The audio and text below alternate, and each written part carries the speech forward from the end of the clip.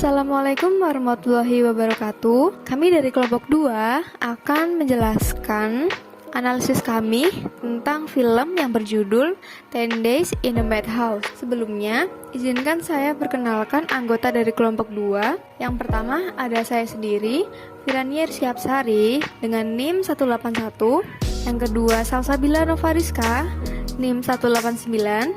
Lalu Leli Hidayati, NIM 191. Lalu ada Nida Hairunisa, NIM 195. Lalu ada Hairunisa Salsa Febrianti, NIM 197. Ada Salsya Bila Indah SIP, NIM 211. Dan yang terakhir ada Aziz Rahma Wisaksono, NIM 215. Di sini penjelasan yang akan kami paparkan. Yang pertama ada langkah penanganan, lalu yang kedua perlakuan pada orang dengan gangguan jiwa di madhouse tersebut, lalu ada paradigma yang digunakan, dan yang terakhir perbedaan pendekatan pada film dengan variabel yang berkaitan dengan psikologi positif.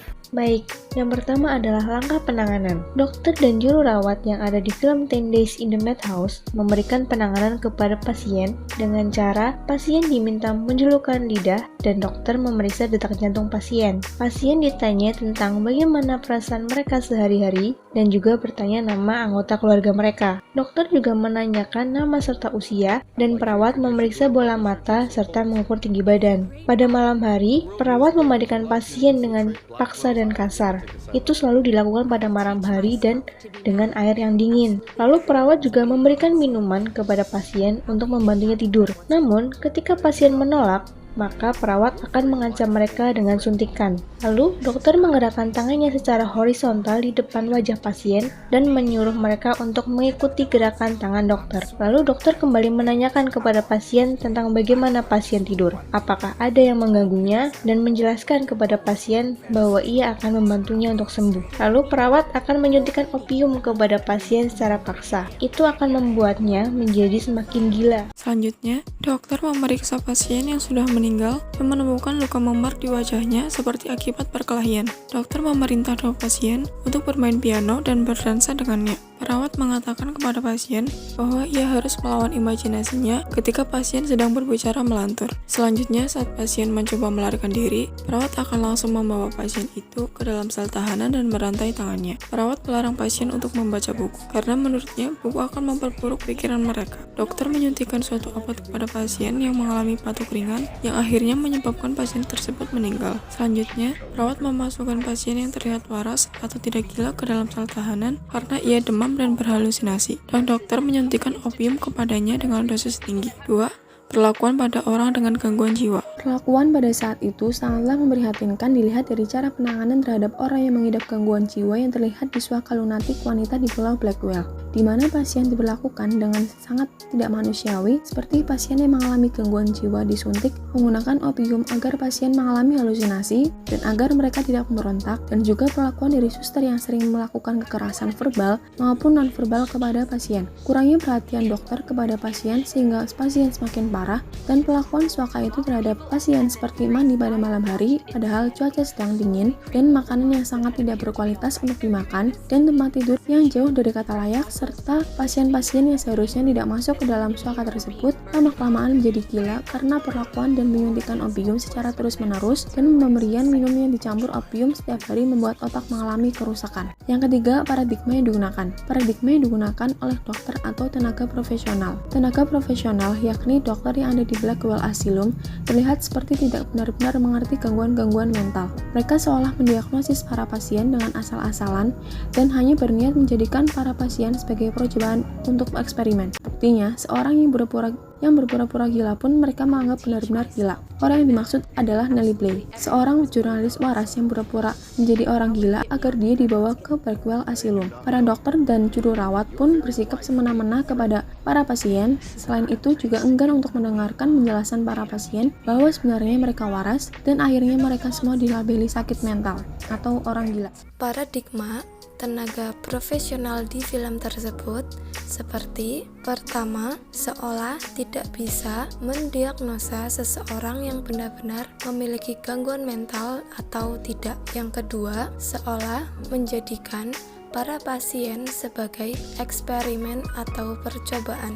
Yang ketiga, perlakuan juru rawat yang keras kepada pasien malah membuat pasien semakin tertekan. Paradigma dan perlakuan tenaga profesional yang ada di film sangat berbanding terbalik dengan apa yang seharusnya dilakukan oleh para tenaga profesional untuk membantu pasien dengan diagnosis gangguan mental. Selain itu, terlihat bahwa Blackwell juga mereka jadikan sebagai tempat untuk melakukan kesewenang-wenangan, yaitu memperkaya diri sendiri. Hal ini bisa dilihat dari tempat yang tidak terawat, jendela banyak yang pecah, tidak boleh menyalakan penghangat ruangan, sandang dan pangan untuk para pasien yang tidak memadai, bahkan tidak layak. Tapi di lain sisi, dokter dan juru rawat berbanding terbalik keadaannya dari para pasien. Selanjutnya, pendekatan pada paradigma yang digunakan. Pendekatan pada film ini menggunakan pendekatan tingkah laku,